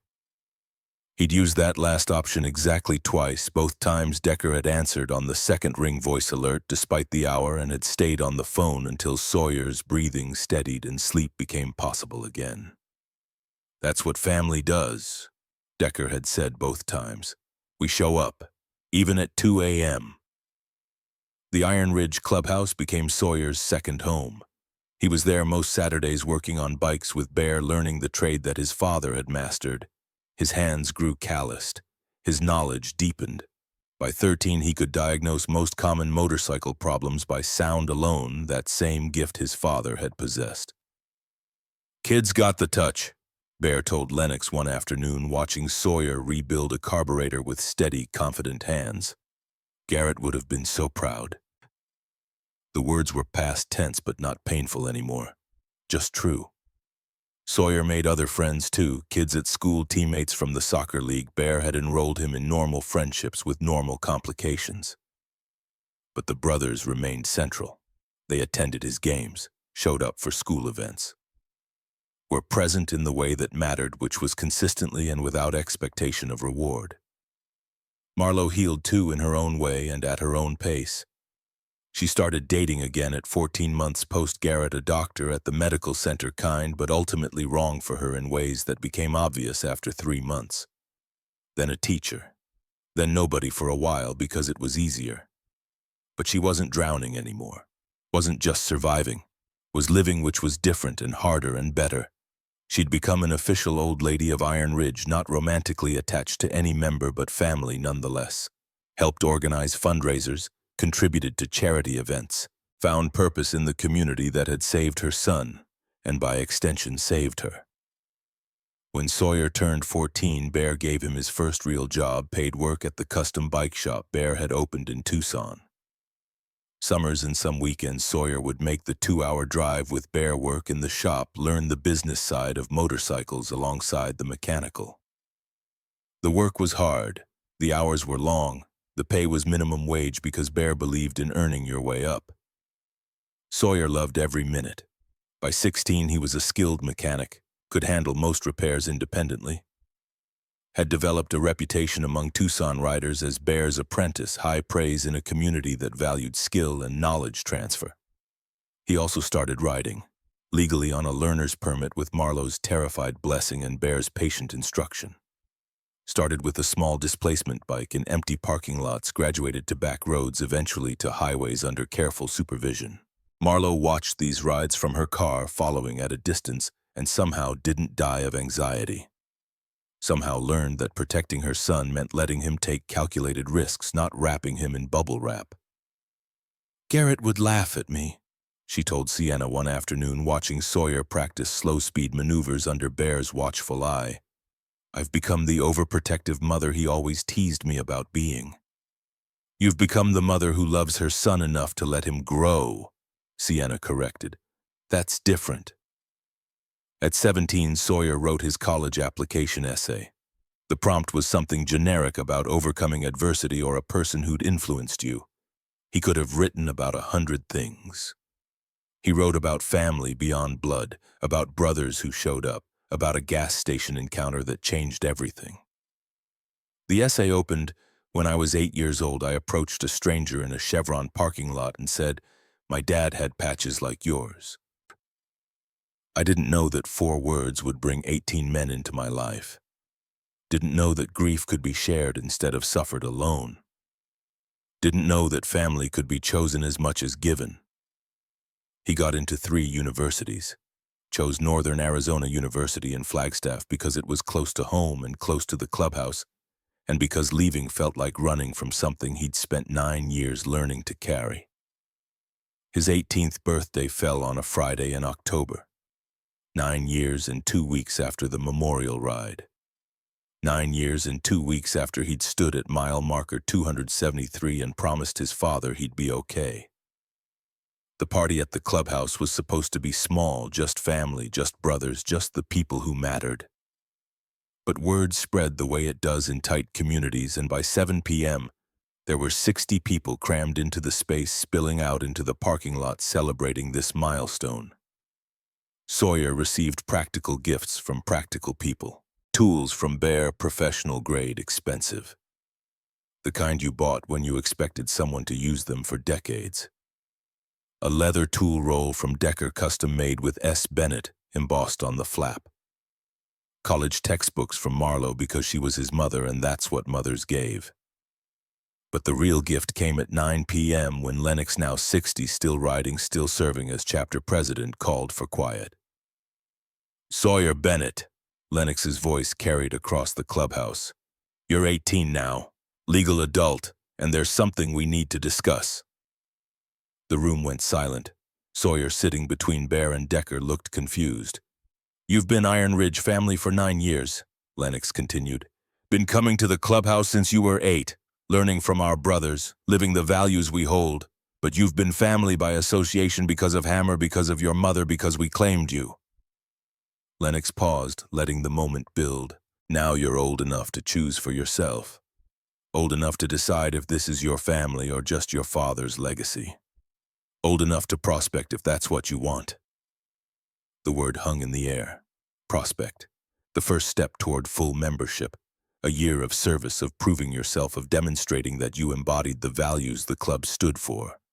"You don't have to decide tonight," Lennox said. "This isn't pressure. You can walk away and you'll still be family.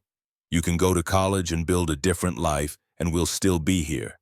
But if you want to prospect, if you want to earn your own patches, not just wear your father's memory, the option exists." Sawyer stood slowly. His face was unreadable, that same expression Garrett used to get when processing something important. "Can I say something?" Lennox nodded. Sawyer looked around the clubhouse, at Bear, who'd taught him everything about bikes, at Decker, who'd been the first to stop and listen, at Wrench and Steele and all the brothers who'd shown up for school plays and soccer games and regular Saturdays, when he just needed someone to talk to. At Marlowe, standing with Sienna, face carefully neutral, but eyes bright with tears. "I've been thinking about this for a while," Sawyer said. "About what I want, who I want to be, what it means to honor my dad's memory without just trying to be him." He reached into his pocket, pulled out the patch. The original one, worn and faded, carried every day for 9 years. "This patch has been in my pocket since I was 8 years old. I've carried it through elementary school and middle school and high school, through good days and bad days and days when I thought I couldn't survive another minute without my dad." Sawyer's voice steadied. "It's time to put it somewhere permanent." He looked at Lennox. "I want to prospect. I want to earn my patches. Not because I'm Hammer's son, though I'll always be proud of that, but because I believe in what Iron Ridge stands for. Brotherhood, loyalty, showing up, taking care of people who need it." The clubhouse erupted in applause and cheers, brothers standing, some wiping eyes, all of them recognizing what this moment meant. Bear was crying openly, making no attempt to hide it. Decker put his hand on Sawyer's shoulder, squeezed once. And Marlowe walked across the clubhouse and pulled her son into a hug. "Your father would be so proud," she whispered. "I'm so proud." "You're okay with this?" Sawyer asked, pulling back to see her face. Marlowe laughed, the sound caught between tears and joy. "No, I'm terrified. But I've been terrified for 9 years and you've turned out pretty good despite it." She touched his face. "You're 18, this is your choice, and I trust you to make it." She paused. "And I trust these men to keep you safe while you make it." The prospecting year was exactly as hard as everyone warned it would be. Sawyer worked grunt jobs, cleaning the clubhouse, maintaining bikes, setting up and tearing down for events. He was treated like every other prospect, which meant no special consideration for being Hammer's son. If anything, the brothers were harder on him, testing whether he wanted this for himself or just to fulfill some imagined obligation. He proved himself through consistency, through showing up even when it was inconvenient, through doing the work without complaining, through demonstrating the values he'd learned over 9 years of watching his father's brothers. There were tests, formal and informal, situations designed to see how he'd react under pressure, how he'd handle conflict, whether he could be trusted. He passed, Not perfectly, he made mistakes, had moments of doubt, occasionally wanted to quit, but he passed. In month 7, he helped organize the annual toy run. 300 bikers collecting presents for underprivileged kids, raising money for children's charities. The logistics were nightmarish: permits, route planning, vendor coordination, safety protocols. Sawyer spent 3 months planning. The event went flawlessly. Kids got his father's determination, Lennox told the assembled brothers at the next church meeting, the monthly gathering where club business was discussed and decisions were made. Hammer would have been proud. In month 9, Sawyer helped a stranded biker during a storm. Middle of nowhere, flat tire, no cell service. Sawyer was riding sweep on a club run when he came across the guy, not Iron Ridge, not even an MC member, just some weekend warrior whose luck had run out. Sawyer stayed, in pouring rain, for 2 hours, helped change the tire, made sure the guy could make it to the next town safely. The biker later tracked down Iron Ridge to thank them, and the story made its way back to Lennox. "That's brotherhood," Bear said when he heard. "Staying when you could leave, helping when nobody would know if you didn't. That's Hammer's son right there." Month 12 came with autumn and evaluation. The brothers met without Sawyer present, discussed his year, his work, his character, whether he embodied what Iron Ridge stood for. The vote was unanimous. The patchover ceremony happened on a Saturday in October. 10 years and 1 month after Sawyer had approached Decker at a gas station. 10 years and 1 month after 4 words had changed everything. The clubhouse was packed. 86 brothers from 3 chapters, allied clubs who'd known Hammer. Family and friends who'd watched Sawyer grow up in the shadow of his father's memory. 3 prospects stood for evaluation that day. 2 others had prospected alongside Sawyer, good men, skilled riders who'd proven themselves through service and character. They were patched first, called forward individually, given their patches by Lennox. Welcomed into brotherhood with handshakes and embraces and the acknowledgement that they'd earned what they now wore. Then Lennox called for Sawyer. "Sawyer Bennett, step forward." The young man, 19, now taller than his father, had been shoulders broader from years of physical work, walked to the front of the clubhouse. He wore prospect colors, still the vest that marked him as unproven as earning his way. Lennox's voice carried across the silent room. "There are those who might say we should give you patches because you're Hammer's son, because we loved your father and you carry his name." He paused, letting that sink in. "We did not." Bear stood from where he'd been sitting in the front row, walked to stand beside Lennox, addressed the gathered brothers. "I was Hammer's best friend for 12 years. I loved him like a brother, rode thousands of miles beside him, knew him better than almost anyone." Bear's voice was steady, formal, the gravity of the moment evident. "And I'll tell you something about the young man standing before us." He turned to look at Sawyer. "You are not your father." The words hung heavy. Sawyer's face remained impassive, but Decker, watching from the crowd, saw the micro-expressions, the flash of hurt, the question. Bear continued. "Garrett Hammer Bennett was brave. You are brave. Hammer was loyal. You are loyal. Hammer had a gift for mechanics and a heart for service. You have both." His voice softened slightly. "But Hammer learned those things as a man. Learned them through experience and mistakes and years of figuring out who he wanted to be." Bear paused. "You learned them as a child, through grief, through loss, through choosing every day to honor your father's memory by becoming a good man yourself." The massive biker's voice grew thick with emotion. "You chose this life knowing exactly what it could cost. You buried your father at 8 years old. You've spent 10 years living with that loss. And you still chose to prospect, still chose to earn these patches, not because they connect you to Hammer, you've always been connected to him, but because you believe in what they represent." Bear looked at the assembled brothers. "Sawyer Bennett has earned these patches twice. Once through the work of prospecting like everyone else. Once through the character he's demonstrated every day for 10 years. He turned back to Sawyer. "Your dad would be proud. But more importantly, you should be proud, because you didn't inherit this. You earned it." Lennox spoke the formal words. Brothers, we vote. All in favor of patching Prospect Sawyer Bennett into full membership of Iron Ridge Motorcycle Club. Hands raised across the room. Every single brother. Unanimous approval.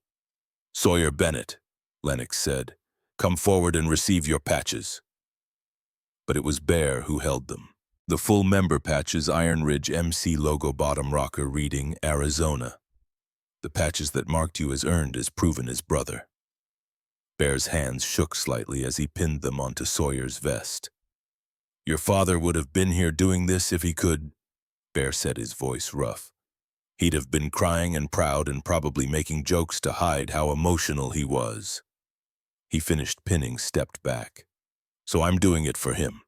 And I'm telling you what he'd tell you. You earned this. You're a good man.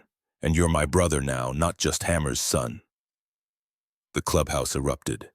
Brothers surging forward to embrace Sawyer, to welcome him officially, to acknowledge what he'd become. But Lennox held up a hand. Called for quiet one more time. There's one more thing. Every member earns a road name. Something that captures who you are, what you represent, how your brothers see you. He looked at Sawyer.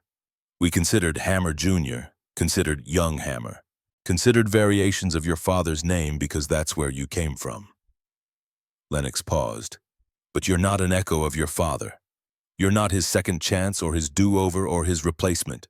You're your own man who happened to have an exceptional father. The chapter president's voice grew formal, ceremonial. Sawyer Bennett, your road name, the name your brothers will call you. The name that will be known wherever Iron Ridge rides is legacy. The words settled over the clubhouse like benediction. Because that's what you are. Not an echo, not a copy, but a legacy. Someone who carries forward what was given to him. Someone who honors the past while building his own future. Someone who proves that good men raise good men and that brotherhood transcends death. Sawyer's eyes were wet, but he was smiling. Legacies, he repeated, testing the weight of it. Yeah, that's... His voice broke. That's perfect. He reached into his pocket and pulled out the patch. The original. The one he'd carried for 10 years through everything. I have a request. The clubhouse went quiet. This patch, Sawyer held it up. My dad's patch, the one I tore off his vest when I was 8 years old. I want it sewn into my vest, inside over my heart, where it's been for 10 years. He looked at Bear. Can you do that? Bear took the worn leather carefully, reverently. Kid, I'd be honored.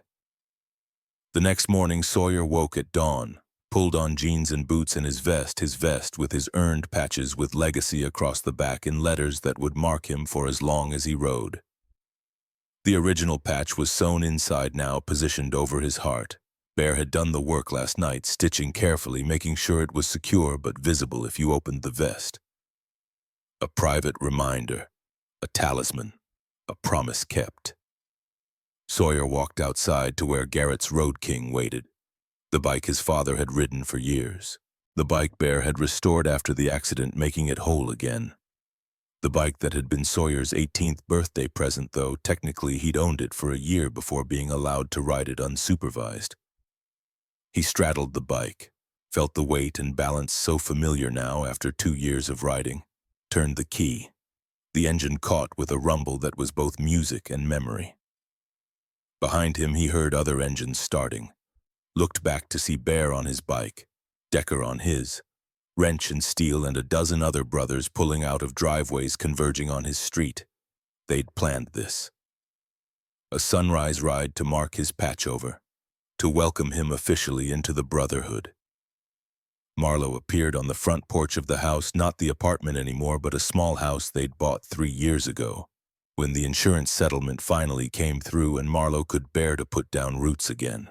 She wore a robe and held a coffee cup and looked at her son sitting on his father's motorcycle wearing patches he'd earned, surrounded by brothers who'd kept him safe. She raised her coffee cup in salute. Sawyer raised his hand in return. A promise without words. I'll be careful. I'll come home. I'll honor this. Then he released the clutch and rolled forward, and behind him 19 motorcycles fell into formation. They rode to Route 17 mile marker 273. To the memorial stone where this had all begun, where Sawyer had promised his father he'd be okay. 20 bikes in formation, leather and chrome in the low thunder of engines that had become the soundtrack of Sawyer's adolescence. They parked in a semicircle around the memorial, killed the engines. The desert morning was cool and quiet, the sun just beginning to paint the eastern sky in shades of orange and gold. Sawyer walked to the stone, placed his hand on his father's name. "I did it, Dad," he said quietly. Just to the stone, to the memory, to whatever part of Garrett Bennett might still exist in the Arizona morning. "I earned them, just like you would have wanted, not because of your name, but because I worked for them. Because I'm a good man." He paused. "Because you taught me how." Bear approached, stood beside him, put a massive hand on Sawyer's shoulder. "He knows, kid. Wherever he is, whatever comes after, he knows. And he's proud. You think so? I know so. Because I knew your father, and I know you. You're everything he hoped you'd be." Bear squeezed once, then stepped back. Sawyer stood there a moment longer. Then he turned to face the assembled brothers, his brothers now, not just his father's. "Thank you," he said, "all of you, for 10 years of showing up, for teaching me, for not letting me forget, for giving me a family when mine fell apart." His voice steadied. "For proving that legacy isn't about being the same as someone who came before. It's about carrying forward the best of what they were while becoming your own person." Decker spoke from the circle, his voice carrying across the morning. "That's what Iron Ridge means, legacy. We take care of our own. We show up. We remember. And we make sure that good men are remembered by raising good men." He paused. "Your father started this 10 years ago when he had a vest made for his son. We're just finishing what he began." The brothers mounted their bikes, started engines. The sound rolled across the desert like distant thunder, announcing their presence, marking this moment. Sawyer climbed onto Garrett's Road King, his Road King now earned through time and grief and growth. He looked at the memorial one more time. Then he released the clutch and rolled forward, and 19 brothers followed, and together they rode into the Arizona sunrise. Epilogue. 5 years later. The Iron Ridge clubhouse looked the same as it had 15 years ago when an 8-year-old boy first walked through the doors. Same concrete floors, same bar, same photographs on the walls, though there were more now. Faces of brothers who'd passed, moments captured and preserved. Garrett "Hammer" Bennett still smiled down from several frames. Frozen at 38, forever young, forever missed. Beside those photos now hung others. Sawyer at 9 wearing the vest that was too big. Sawyer at 18 receiving his patches. Sawyer at 23 teaching a new prospect how to gap spark plugs. Because that's what the clubhouse was. A museum of memory. A testament to continuity. A reminder that good men left legacies that lasted. On a Saturday afternoon in October, Sawyer Legacy Bennett worked in the garage bay helping a prospect diagnose a carburetor problem. He was 24 now, filled out into his frame beard, trimmed close hands, scarred from 1,000 hours of mechanical work. He'd graduated college with a degree in business management. Had turned down corporate jobs to work at Bear's custom shop full-time, learning the business side while maintaining his mechanical skills. Was considering opening his own shop in Flagstaff, eventually bringing the trade back home. But today he was just teaching, passing forward what had been passed to him. The prospect was young, 19, eager, asking too many questions.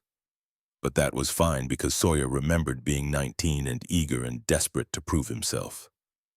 "Your dad was in the club too, right?" the prospect asked, adjusting a fuel mixture screw with careful precision. "Yeah, Garrett "Hammer" Bennett. He died when I was 8.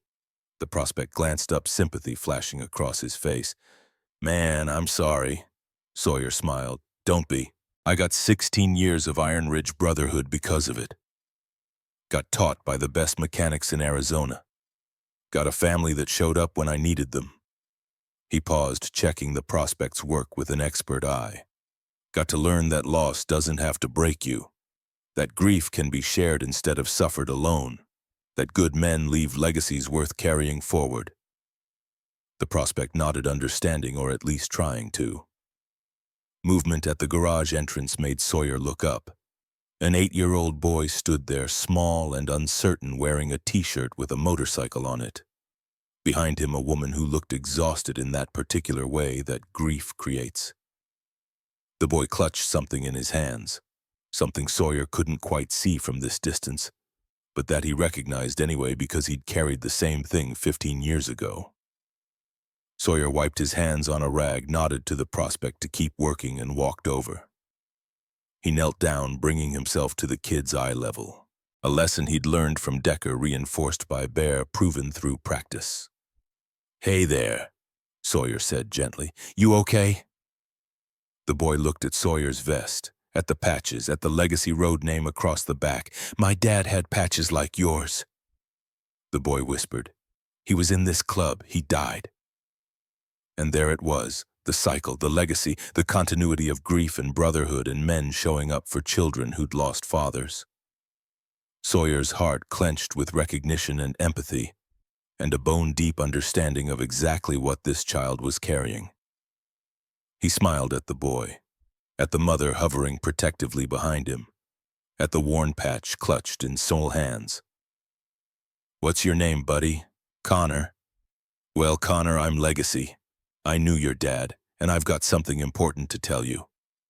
The boy looked up with desperate hope. "You don't have to forget him. You don't have to move on. You get to remember him for as long as you need to." Sawyer placed his hand over his heart, feeling the original patch sewn inside his vest, the one he'd carried for 15 years now. "And you're not alone, because your dad's brothers, we're your brothers too now. That's what this—" He gestured to the clubhouse, the bikes, the community means. Family. Always. Connor's mother was crying. Sawyer looked up at her, gave her the nod that said, "I understand. I've been where your son is. We'll help if you'll let us." She nodded back. Permission. Hope.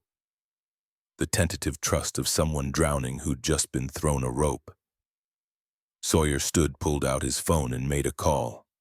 "Barrett's Legacy, I'm at the Flagstaff clubhouse. I need you to call an emergency meeting." A pause. "Because a brother's son just walked in. 8 years old, carrying his dad's patch." Another pause. "Yeah, just like me. 15 years ago." He listened for a moment, then smiled. 30 minutes. Everyone who can make it. We've got a kid who needs his father's brothers." Sawyer ended the call and looked at Connor. "You ever want to learn about motorcycles, Connor? About what your dad loved, about the brothers he rode with?" The boy nodded, unable to speak. "Then stick around. Some people are going to want to meet you. People who knew your dad, who have stories, who won't let you forget." As Sawyer led Connor and his mother into the clubhouse, past the photographs of Garrett, Hammer, Bennett, and all the brothers who'd ridden before he thought about legacy. About how it wasn't a burden to carry but a gift to share, about how good men raised good men, who raised good men, creating chains of connection that transcended individual lives. About how brotherhood meant showing up 15 years ago for an 8-year-old boy at a gas station today, for another grieving child tomorrow, for whoever needed it next. His hand went to his vest, feeling the outline of his father's patch beneath the leather. Still there, still close, still reminding him where he came from and who he'd become. The story that began with 4 words, "My dad had patches like yours," continued, would always continue, because that's what legacy meant. Not an ending, a beginning, always.